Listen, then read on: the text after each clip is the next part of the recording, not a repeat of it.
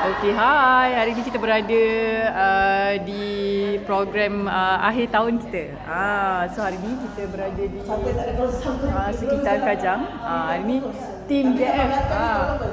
Tim JF kita ada Mami Shida ada. Kita ada Kak Farah pun ada. Kita ada siapa lagi? Kita ada Kak Zahida pun ada hari ni. So tim JF berada bersempena dengan program Perwina. Perwina dekat area Kajang ni guys. Jadi siapa-siapa yang berada di sekitar Kajang, Serdang, Bangi, kalau you all mana dah tahu dalam 2-3 hari ni kalau ada rasa nak booking spa ke nak booking facial ke, boleh roger je, boleh contact Cik Dipah 012-609-8488. Kita ada di sekitar Bangi ni sampai hari Rabu ni je guys. Jadi cepat-cepat booking. Okay. So kalau nak terjah-terjah kalau nak buat hidrogen ke, hidrogen kita ada Kak Farah, kita bawa hidrogen kat situ. Lagi apa lagi? Kita siapa nak cuba? Siapa lagi kita punya mobile spa bergerak kita hari ni sampai hari Rabu guys. Jadi kena booking cepat-cepat guys. Genki pun kita ada juga.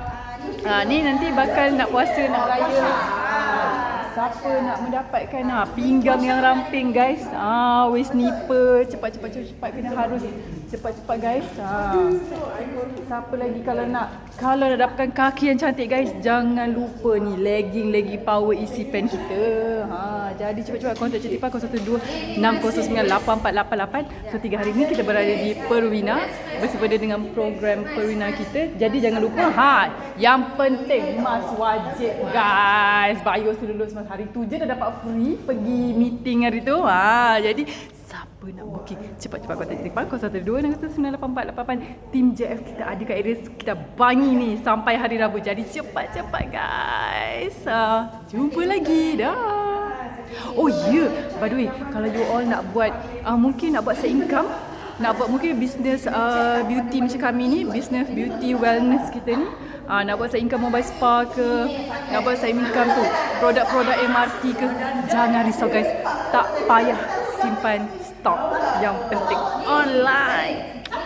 Jom, Raja Cik Dipah 012-909-8488. Jumpa lagi, jom kita pergi lunch.